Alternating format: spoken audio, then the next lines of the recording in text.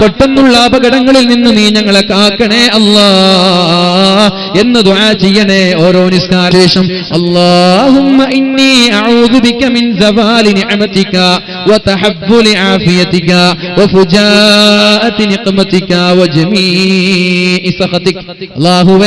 അല്ലാഹുവേ പെട്ടെന്നുള്ള അപകടങ്ങളിൽ നിന്ന് കാക്കണേ അല്ലാ. ആരോഗ്യം മരണം വരെ നിലനിർത്തണേ അല്ലാ. നീ തന്ന നിഅമത്ത് നിലനിർത്തണേ അല്ലാ. നീ തന്ന നിഅമത്ത് നിലനിർത്തണേ അല്ലാ. ലക്ഷക്കണക്കിന് കോടിക്കണക്കിന് രൂപയുടെ മൂല്യമുള്ള വലിയ വലിയ ഫർണിച്ചർ ഷോപ്പുകളൊക്കെ പെട്ടെന്നൊരു പ്രഭാതത്തിൽ കത്തിപ്പോയാൽ, നമ്മുടെ ബിസിനസ് സാമ്രാജ്യം തകർന്ന് തരിപ്പണമായാൽ നമ്മൾക്കത് സഹിക്കാൻ പറ്റോ? അത് വരാതിരിക്കാൻ ഇങ്ങനെ ഒരു ദുആ ചെയ്യണേ. അല്ലാഹു നമ്മളെ രക്ഷപ്പെടുത്തുമാറാവട്ടെ. നിങ്ങൾ ദുആ ചെയ്താൽ മൂന്നാമതായി അപകടം നിങ്ങളെ വരാതെ അല്ലാഹു കാത്തു സൂക്ഷിക്കുമെന്ന് അല്ലാഹുവിന്റെ ഹബീബ് പറഞ്ഞപ്പോഴാണ് സ്വഹാബാക്കൾ പറഞ്ഞത്, ഇദൻ നുക്സിറു യാ റസൂലല്ലാഹ്. എന്നാൽ ഞങ്ങൾ ദുആ അധികരിപ്പിക്കാൻ പോവുകയാണ്. എന്ത് ആവശ്യമുണ്ടായാലും അല്ലാഹുവിനോട് ചോദിക്കാൻ പോവുകയാണെന്ന് അല്ലാഹുവിനോട് പറഞ്ഞപ്പോഴാണ് അല്ലാഹു പറഞ്ഞത്, അല്ലാഹു അക്ബർ. നിങ്ങൾ എത്ര ചോദിച്ചാലും അല്ലാഹുവിന്റെ ഖജനാവിൽ നിന്ന് കുറയുകയേ ഇല്ല. അതാണ് അല്ലാഹു. നാട്ടാരോടെ ഇപ്പൊ ഞാൻ ചോദിക്കട്ടെ, നമ്മളിവിടെ പിരിവിന് നമ്മളെ അഷ്റഫ് കാർഡ് ഉണ്ട്. അഷ്റഫ് ഒരുപാട് ഇതിനു വേണ്ടി ചെലവഴിച്ചു. അഷ്റഫ് കാർഡ് ഞാൻ വീണ്ടും ചോദിക്കുകയാണ്, നിങ്ങളൊരു ലക്ഷം കൊടുക്കാൻ തയ്യാറുണ്ടോ? അഷ്റഫ് നിങ്ങൾ കുറെ കൊടുത്തല്ലേ അങ്ങനെ പറയും. മൂപ്പർക്ക് തരുമായിരിക്കും, ഞാൻ ഉദാഹരണം പറഞ്ഞു. നമ്മൾ കൊടുത്തല്ലേ. പക്ഷെ റബ്ബ് അങ്ങനെയല്ല. ഇന്ന് ചോദിച്ചു, നാളെ ചോദിച്ചു, മറ്റന്നാൾ ചോദിച്ചു, പിന്നെ ഇന്ന് തന്നെ വീണ്ടും ചോദിച്ചു, റബ്ബ് തരും. അള്ളാഹുവിന്റെ ഖജനാവ് വിശാലമാണ്. അല്ലാഹു അക്ബർ. അല്ലാഹുവിന്റെ അടുത്ത് ഇഷ്ടം പോലെയുണ്ട്. ചോദിക്കാൻ നാണം വേണ്ട, ചോദിക്കാൻ ഷെയിം വേണ്ട. എന്താ നിങ്ങൾക്ക് ആവശ്യമുള്ളത് ഹലാലായതൊക്കെ ചോദിച്ചു വാങ്ങിക്കോളി, റബ്ബ് തരും. വിശ്വാസം മനസ്സിലുണ്ടായാൽ മതി. അല്ലാഹു നൽകുമാറാവട്ടെ, അല്ലാഹു നൽകുമാറാവട്ടെ. റസൂലുള്ളാഹി സ്വല്ലല്ലാഹു അലൈഹി വസല്ലം പറയുന്നുണ്ട്, യബ്ന ആദം, ഓ ആദമിന്റെ പുത്ര, മനുഷ്യന്മാരെ, ഇന്നക മാ ദഅൗതനി വറജൗതനി ഗഫർതു ലക. നീ എനിക്ക് ദുആ ചെയ്യുന്ന കാലത്തോളം ഞാൻ നിനക്ക് പുറത്തു തരാം. എനിക്ക് ദുആ ചെയ്യുന്ന കാലത്തോളം ഞാൻ നിനക്ക് പുറത്തു തരാം. ഇന്നക മാ ദഅൗതനി വറജൗതനി ഗഫർതു ലക അലാ മാ കാന മിൻക വലാ ഉബാലി.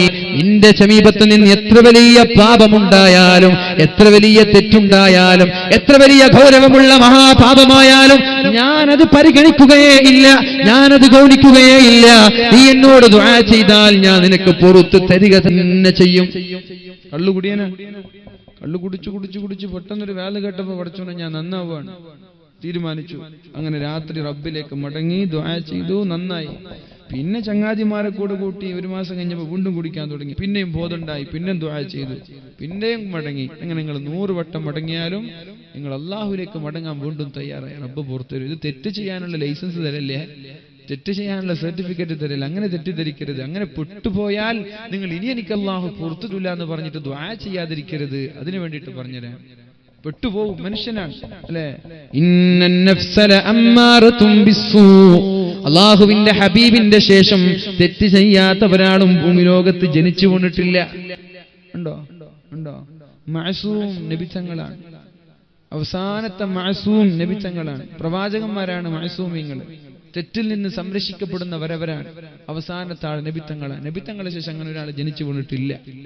എല്ലാവരും തെറ്റുകാരാണ്.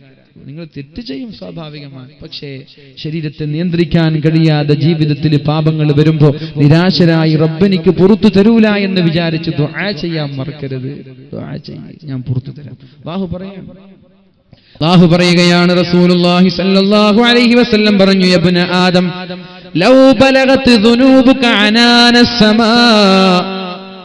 നിങ്ങളുടെ പാപങ്ങൾ ആകാശത്തോളം വളർന്നു വന്നാൽ, നമ്മുടെ പാപങ്ങൾ ആകാശത്തോളം വളർന്നു വന്നാൽ, സുമ്മസ്തഗ്ഫർതനി ഗഫർതു ലക വലാ ഉബാലി. ആകാശം കണക്കെ, നീ മാനം കണക്കെ പാപങ്ങൾ ചെയ്തിട്ട് പാപത്തിന്റെ ഭാരവുമായിട്ട് എന്റെ സമീപത്തേക്ക് ദുആ ചെയ്തുകൊണ്ട് മടങ്ങി വന്നാൽ ഞാൻ നിനക്ക് പുറത്തു തരാമെന്ന് പരിശുദ്ധ റസൂലുള്ളാഹ് അല്ലാഹുവിനെ കുറിച്ച് റിപ്പോർട്ട് ചെയ്യുന്നുണ്ട്. അല്ലാഹുവിന്റെ ഹദീസ്, ഖുദ്സിയായ ഹദീസ് പറഞ്ഞു തരുന്നുണ്ട്. പിന്നെ പറഞ്ഞു, ഇന്നക ലൗ അതൈതനി ബിഖുറാബിൽ അർളി ഖതായാ, നീ ഭൂമി മുഴുവനും പാപവുമായിട്ട് എന്റെ സമീപത്തേക്ക് കടന്നു വന്നു, നീ ശിർക്ക് ചെയ്തില്ല, പാപമോചനം ചെയ്യും. ശിർക്ക് പങ്കുകാരെ ചേർത്തില്ല. അല്ലാഹു പുറത്തു തരാത്ത തെറ്റുണ്ടോ? ഉണ്ടോ?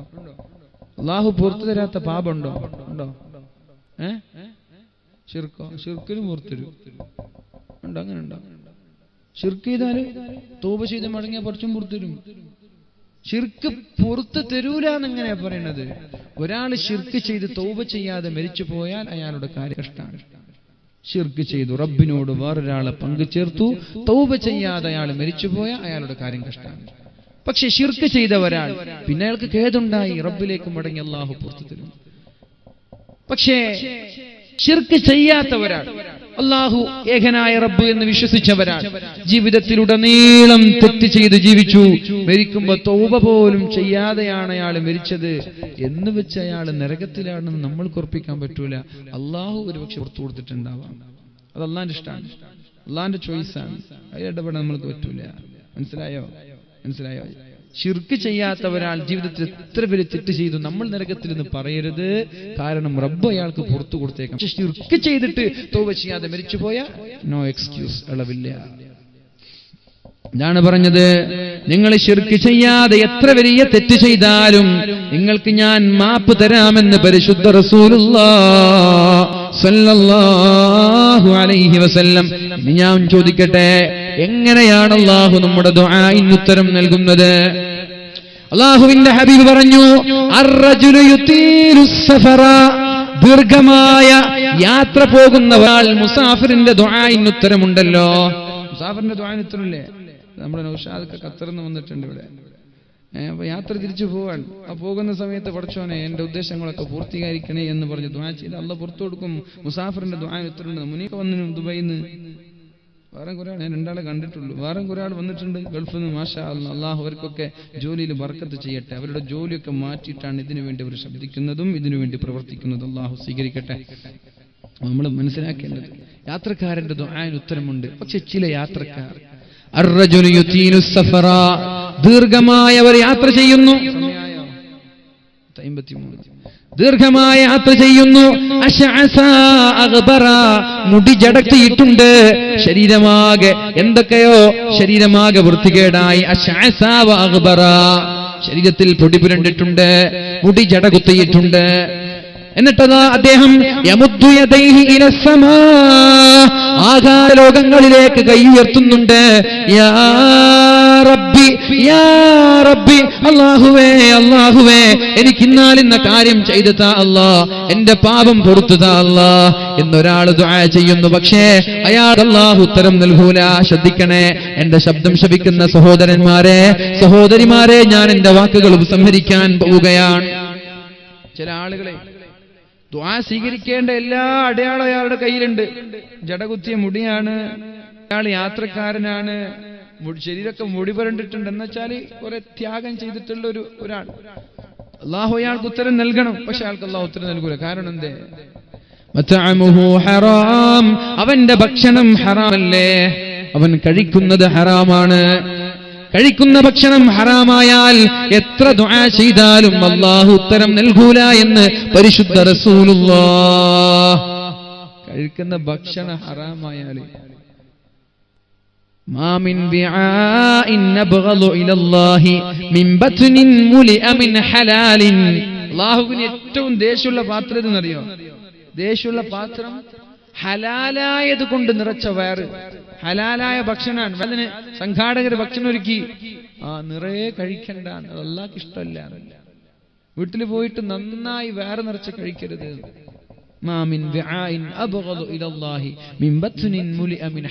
ഹലാൽ കൊണ്ട് നിങ്ങൾ വയറ് നിറക്കുന്നവർ അല്ലാഹുവിന് ഇഷ്ടമല്ല. പിന്നെ ഹറാമിന്റെ കാര്യം പറയണോ? ഹറാമായിട്ടുള്ള ഒരു അംശം നമ്മുടെ ശരീരത്തിലേക്ക് കയറിയാൽ ദുആഇന് ഇജാബത്തില്ല. കുല്ലു ലഹ്മിൻ നബത മിൻ സുഖ്തിൻ ഫന്നാറു ഔലാ ബിഹി, ഹറാമിൽ നിന്ന് നറിഷ്മെന്റ് ലഭിച്ച, ഹറാമിൽ നിന്ന് പോഷണം ലഭിച്ച, ഹറാമിൽ നിന്ന് വളർന്ന ശരീരം നരകത്തിലേക്കുള്ള ശരീരമാണെന്ന് മുഹമ്മദുർ റസൂലുള്ളാഹി സ്വല്ലല്ലാഹു അലൈഹി വസല്ലം. പഴയകാല ഉമ്മമാർ, പഴയകാല ഭാര്യമാർ ഭർത്താക്കന്മാരോട് പറയുമായിരുന്നു, ഇന്നാ നസ്ബിറു അലൽ ജൂ, ഞങ്ങൾ എത്ര വേണമെങ്കിലും പട്ടിണി കിടന്നോളാം. വലാ നസ്ബിറു അലന്നാർ, നരകത്തിന്റെ തീയിനെ സഹിക്കാൻ ഞങ്ങൾക്ക് കഴിയില്ല. അതുകൊണ്ട് ഹറാമായ സമ്പാദ്യങ്ങളുമായിട്ട് ഞങ്ങൾക്കോ ഞങ്ങളുടെ മക്കൾക്കോ നൽകാൻ പാടില്ല. സമ്പാദിക്കാൻ പോകുന്ന വീട്ടിൽ നിന്ന് പുറത്തിറങ്ങുന്ന ഭർത്താക്കന്മാരോട് വീട്ടിലുള്ള ഭാര്യമാര് നൽകിയിരുന്ന ഉപദേശമാണ് ഇന്നാ നസ്ബിറു അലൽ ജൂ, നമ്മൾ സഹിച്ചോളാം. 2 ദിവസമോ 3 ദിവസമോ റൈനൽ ഹിലാൽ സുമ്മൽ ഹിലാൽ സുമ്മൽ ഹിലാൽ വമാ ഉഖിദ ഫീ ബൈതി റസൂലില്ലാഹ്. 3 മാസമായി 2 മാസമായി നബി തങ്ങളുടെ വീട്ടിൽ അടുപ്പത്ത് തീ പുകഞ്ഞിട്ടില്ല. 2 മാസം പട്ടിണിയാണ്. ഞങ്ങൾ പട്ടിണി എത്രയും സഹിച്ചോളാം. പക്ഷേ വലാ നസ്ബിറു അലന്നാർ, തീന്റെ ചൂട് സഹിക്കാൻ ഞങ്ങൾക്ക് കഴിയൂല. അതുകൊണ്ട് ഹറാം കൊണ്ടുവരല്ലേ എന്ന് പഴയകാല ഭാര്യമാര് പറഞ്ഞിരുന്നു. ഇന്നത്തെ ഭാര്യമാരുടെ കഥ പഠിച്ചോനറിയാം. അപ്പുറത്തെ വീട് കാണുമ്പോൾ അതിനേക്കാളും വലിയ വീട് നമുക്ക് വേണം, അപ്പുറത്തെ സാരി കാണുമ്പോൾ അതിനേക്കാളും മുന്തിയ സാരി വേണം, അതിനേക്കാളും മുന്തിയ വണ്ടി വേണം. പുതിയാപ്പിളക്കാണെങ്കിൽ അതിന് കഴിവില്ല. എന്നാ പിന്നെ ഭാര്യയുടെ നിർബന്ധം കൊണ്ട് നല്ല അപ്പുറത്തുനിന്ന് മോഷ്ടിക്കുക, അറബിയുടെ ട്രൗസറുടെ കൂരിയിട്ട് ഇങ്ങോട്ട് വരിക. ഇത്ര ആളുണ്ടെന്ന് നിങ്ങൾക്ക്, ഇത്ര ആളുണ്ടെന്ന് അറിയാം. ഇഷ്ടം പോലെ ആളെ എനിക്കറിയാം, ഇഷ്ടം പോലെ ആൾ നാട്ടിൽ വലിയ പ്രമാണമായിട്ട് നടക്കുന്നിട്ട് കോടികൾ മുക്കിയിട്ട് ഗൾഫിൽ നിന്ന് ദുബായിൽ നിന്ന് മറ്റുള്ള നാട്ടിൽ നിന്നൊക്കെ കോടികൾ മുക്കിയിട്ട് വരും. എന്നിട്ട് ഇവിടെ പള്ളിയുടെ പ്രസിഡന്റ് പള്ളിയുടെ സെക്രട്ടറി ആയിട്ട് ഞെളിഞ്ഞ് നടക്കും. ഹറാമാണ് അവരുടെ ഭക്ഷണം. മക്കൾക്കും അയാൾ നടത്തുന്ന ബിസിനസ്സും വണ്ടിയും ഒക്കെ ഹറാം. എങ്ങനെയാണ് അള്ളാഹു ഉത്തരം നൽകുക? ഹറാമിന്റെ അംശം ശരീരത്തിലേക്ക് പോവാതെ സൂക്ഷിക്കണം. എല്ലാ സമ്പാദിക്കുന്ന ആളുകളും അള്ളാഹു നമ്മൾക്ക് ബോധം നൽകട്ടെ. ആമീന്റെ സ്ട്രോങ് ഒക്കെ കുറഞ്ഞത് നിർത്താനുള്ള സൂചനയാണ്. വമശ്റബുഹു ഹറാം, നിങ്ങൾ കുടിക്കുന്നതും ഹറാം. വമൽബസുഹു ഹറാം, നമ്മുടെ വസ്ത്രവും ഹറാം. വഗുദിയ ബിൽ ഹറാം ഫഅന്നാ യുസ്തജാബ്, നിങ്ങൾക്ക് എങ്ങനെ ഉത്തരം ലഭിക്കുക? അതുകൊണ്ട് ഹറാം കഴിക്കുന്ന, ഹറാമുമായി ഇടപെടുന്ന ആളുകൾക്ക് അള്ളാഹു ഉത്തരം നൽകിയില്ല. അതിൽ നിന്ന് പൂർണ്ണമായി മാറി റബ്ബിനോട് തൗബ ചെയ്യുക. അള്ളാഹു നമ്മൾക്ക് പുറത്തു തരട്ടെ. ഇനി ഒരു കാര്യം കൂടി ഞാൻ പറഞ്ഞെന്റെ വാക്കുകൾ സംഹരിക്കുകയാണ്. നിങ്ങൾ ദുആ ചെയ്യാൻ പാടില്ല. 3 ആളുകൾക്കെതിരെ ദുആ ചെയ്യാൻ പാടില്ലെന്നാണ്. ലാ തദ്ഉ അലാ അൻഫുസികും, നിങ്ങളുടെ ശരീരത്തിനെതിരെ നിങ്ങൾ ദുആ ചെയ്യാൻ പാടില്ല. പക്ഷെ ഒരാൾ ദുആ ചെയ്തിട്ടുണ്ട്, അല്ലാഹു ആ ദുആ സ്വീകരിച്ചിട്ടുണ്ട്. ശ്രദ്ധിക്കണേ, ഹബീബിനോടുള്ള പ്രണയം എത്രത്തോളം വേണമെന്ന് സൂചിപ്പിക്കുന്ന ചരിത്രമാണ്. പരിശുദ്ധ റസൂലുള്ളാഹി സ്വല്ലല്ലാഹു അലൈഹി വസല്ലം ലോകത്തോട് വിട പറഞ്ഞ ആ ശ്ലോകനീയമായ ദിവസം, നമ്മുടെ മുസ്തഫ ഉദവി ആ കൂടിന്റെ വിഷയമാണ്. റസൂലുള്ളാഹി തങ്ങളുടെ വഫാത്തിന്റെ ശ്ലോകനീയ നിമിഷങ്ങൾ എന്നൊരു വിഷയമാണ്. ഇൻഷാ അല്ലാഹ് നമ്മളൊക്കെ സജീവമായിട്ട് ഇവിടെ വേണം. അതുകൊണ്ട് ഇന്നൊന്നും പിരിവിന്റെ കാര്യം പറയാത്തത്. പറയണോ ഉണ്ടല്ലോ, ആണോ? വേണ്ട ഇൻഷാ അല്ലാഹ് മുസ്തഫ ഉദവി എടുത്തോളൂ. നിങ്ങൾ വരണം എല്ലാവരും. നമ്മളൊക്കെ മുമ്പിലുണ്ടെങ്കിൽ ഒന്ന് പേടിക്കണം. നമ്മളൊക്കെ ഉണ്ട് സജീവമായിട്ട്. നിങ്ങൾ വരണം എല്ലാവരും ഇൻഷാ അല്ലാഹ്. അല്ലാഹു തൗഫീഖ് ചെയ്യട്ടെ. അല്ലാഹുവിന്റെ ഹബീബിന്റെ റസൂലുള്ളാഹി സ്വല്ലല്ലാഹു അലൈഹി വസല്ലമ തങ്ങളുടെ വഫാത്തിന്റെ വാർത്തയുമായി മഹാനായ സയ്യിദ് ഇബ്നു അബ്ദി റബ്ബ എന്ന് പറയുന്ന സ്വഹാബി തന്റെ തോട്ടത്തിൽ പിക്കാക്സും കൈക്കോട്ടുമായി ജോലി ചെയ്തുകൊണ്ടിരിക്കുമ്പോഴാണ് പൊന്നുമോൻ സീബത്ത് കടന്നു വന്നിട്ട് പറയുന്നത്, യാ അബീ, ഉപ്പാ, തുവഫിയ റസൂലുള്ളാഹ്, അല്ലാഹുവിന്റെ റസൂൽ ലോകത്തോട് വിട പറഞ്ഞു എന്ന് പറഞ്ഞപ്പോ തന്റെ കയ്യിലുണ്ടായിരുന്ന പിക്കാക്സും കൈക്കോട്ടും നിലത്തേക്ക് വലിച്ചെറിഞ്ഞിട്ട് തന്റെ കൈകൾ ആകാശ ലോകത്തേക്ക് ഉയർത്തിയിട്ട് അല്ലാഹുവിനോട് ദുആ ചെയ്യുകയാണ്. അല്ലാഹുമ്മ ഖുദ് ബസരി, അല്ലാഹുമ്മ അഅമി ബസരി ഹത്താ ലാ അറാ ബഅദ മുഹമ്മദിൻ അഹദാ. അല്ലാഹുവിന്റെ ഹബീബിന്റെ വഫാത്തിന്റെ ശേഷം ഹബീബിനെ കാണാത്ത കണ്ണെനിക്ക് വേണ്ട റബ്ബേ. അങ്ങനെ ദുആ ചെയ്യാൻ പാടില്ല. സ്വന്തം ശരീരത്തിനെതിരെ ദുആ ചെയ്യാൻ പാടില്ല. പക്ഷേ സ്വഹാബി ദുആ ചെയ്തു. ഹബീബിനോടുള്ള സ്നേഹത്തിന്റെ ഭാഗമായി ആ സ്വഹാബി ദുആ ചെയ്തു, അല്ലാഹുമ്മ അഅമി ബസരി, അല്ലാഹുവേ എന്റെ കണ്ണിന്റെ കാഴ്ച കൊണ്ടുപോവണേ അല്ലാഹ്. നബി തങ്ങളുടെ ശേഷം ഒരാളെയും എനിക്ക് കാണേണ്ട റബ്ബേ. എന്റെ നബി തങ്ങളുടെ വഫാത്തിന് ശേഷം ഒരാൾ എനിക്ക് കാണാൻ താല്പര്യമില്ല. എന്റെ കണ്ണിന്റെ കാഴ്ച കൊണ്ടുപോവണേ. അള്ളാഹു ഉത്തരം നൽകി. കൈക്കോട്ടും പിക്കാക്സുമായി തോട്ടത്തിലേക്ക് വന്ന സയ്യിദ് ഇബ്നു അബ്ദി റബ്ബ എന്ന് പറയുന്ന സ്വഹാബിയെ അദ്ദേഹത്തിന്റെ മകൻ അന്ധന്മാരെ കൊണ്ടുപോകുന്നത് പോലെ കൈയും പിടിച്ചിട്ട് തോട്ടത്തിൽ നിന്ന് പുറത്തു കൊണ്ടുപോയത് സ്നേഹമാണ്, സ്നേഹത്തിന്റെ ഭാഗമാണ്. പക്ഷെ അള്ളാഹുടെ പ്രശ്നം ഉണ്ടാക്കിയില്ല. ലാ തദ്ഉ അലാ നഫ്സി, സ്വന്തം ശരീരത്തിന്റെ മേൽ ദുആ ചെയ്യാൻ പാടില്ല. പക്ഷെ ഹബീബിനോടുള്ള പ്രണയമാകുമ്പോൾ അതിനും എക്സ്ക്യൂസ് കൊടുത്തു. അള്ളാഹു ഓൺ ദി സ്പോട്ട് ഉത്തരം നൽകി. പ്രണയം, സ്നേഹം, ഹബീബിനോടുള്ള ബന്ധം അത് വേറെയാണ്. വലാ തദഉ അലാ അംവാലിക്കും, നിങ്ങളുടെ സമ്പത്തിനെതിരെ ദുആ ചെയ്യാൻ പാടില്ല. സമ്പത്തിനെതിരെ ദുആ ചെയ്യരുത്. വലാ തദഉ അലാ ഔലാദിക്കും, മക്കൾക്കെതിരെ ദുആ ചെയ്യരുത്. മക്കൾക്കെതിരെ ദുആ ചെയ്യരുത്. മക്കൾ എത്ര കുരുത്തക്കേട് കാണിച്ചാലും മക്കൾക്കെതിരെ ദുആ ചെയ്യരുത്. ഒരുപക്ഷെ പ്രായത്തിന്റെ ആ ഒരു യൗവനത്തിന്റെ ചുറുചുറുപ്പ് കൊണ്ടോ ചോരത്തിളപ്പ് കൊണ്ടോ എതിര് സംസാരിച്ചേക്കാം, ശബ്ദിച്ചേക്കാം, പ്രശ്നമുണ്ടാക്കിയേക്കാം, കുരുത്തക്കേട് കാണിച്ചേക്കാം. എന്നാൽ നിങ്ങൾ കുറച്ച് പക്വതത്തെ ആളുകളാണല്ലോ, മാതാപിതാക്കൾ എന്ന് പറഞ്ഞാൽ നിങ്ങൾ എതിരെ ദുആ ചെയ്യരുത്. വലാ തദഉ അലാ ഔലാദിക്കും, നിങ്ങളുടെ മക്കൾക്കെതിരെ ദുആ ചെയ്യരുത്. അങ്കണത്തൈമാവിൽ നിന്നാദ്യത്തെ പഴം വീഴെ അമ്മ നേതൃത്വത്തിൽ നിന്നുതിർന്നു ചൂടു കണ്ണീർ. 4 മാസത്തിൻ മുമ്പിലേറെ നാൾ കൊതിച്ചിട്ടി ബാലമാഗന്ധം പൂവിറ്റുണ്ണികൾ വിരിയവേ. ഒരു ഉമ്മയുടെ കഥ പറയുന്നുണ്ട് നമ്മുടെ അങ്കണത്തൈമാവിൽ എന്ന മാമ്പഴം എന്ന കവിതയിൽ. എന്തെന്നറിയോ? ഞാൻ നിർത്തിയേ, എത്ര നമ്മളമ്മയായോ? 11 സോറി 5 മിനിറ്റ്. പിന്നെ മാങ്ങ ഇങ്ങനെ പൂവായി വളർന്നു വരുമ്പോൾ ചെറിയ കുട്ടി വീട്ടിൽ നിന്ന് ആ മാങ്ങയുടെ പൂക്കളൊക്കെ കണ്ടപ്പോൾ സന്തോഷത്തോടെ അത് പൊടിച്ച് ഉമ്മയുടെ അടുത്ത്, ഉമ്മ ഞാനിത് പറിച്ചു എന്ന സന്തോഷത്തോടെ വരികയാണ്. ചോദിച്ചു മാതാവപ്പോൾ ഉണ്ണികൾ വിരിഞ്ഞപ്പോ ഒടിച്ചു കളഞ്ഞല്ലോ കുസൃതി കുരുന്ന നീ. ഉമ്മ ദേഷ്യപ്പെട്ടു.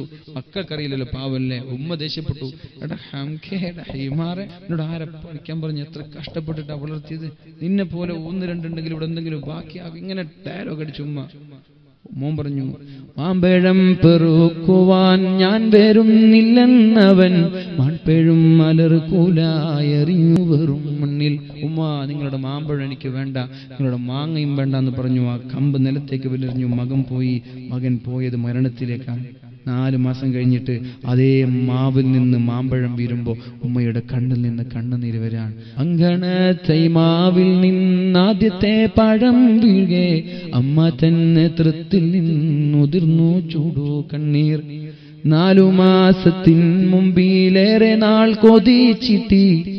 4 മാസം മുമ്പ് എന്റെ പൊന്നുമോൻ കൊതിച്ചിട്ട് എന്റെ മോൻ മരിച്ചു പോയല്ലോ. എന്റെ കാരണം എന്താ? മക്കളെ എതിരെ ശപിച്ചു, മക്കൾക്കെതിരെ ദുആ ചെയ്തു. കാരണം നിങ്ങളുടെയും റബ്ബിന്റെയും ഒരു സമയം യോജിച്ചു വന്നാൽ അല്ലാഹു ആ ദുആക്ക് ഉത്തരം നൽകിയ മക്കൾക്ക് അപകടം ഉണ്ടാവും.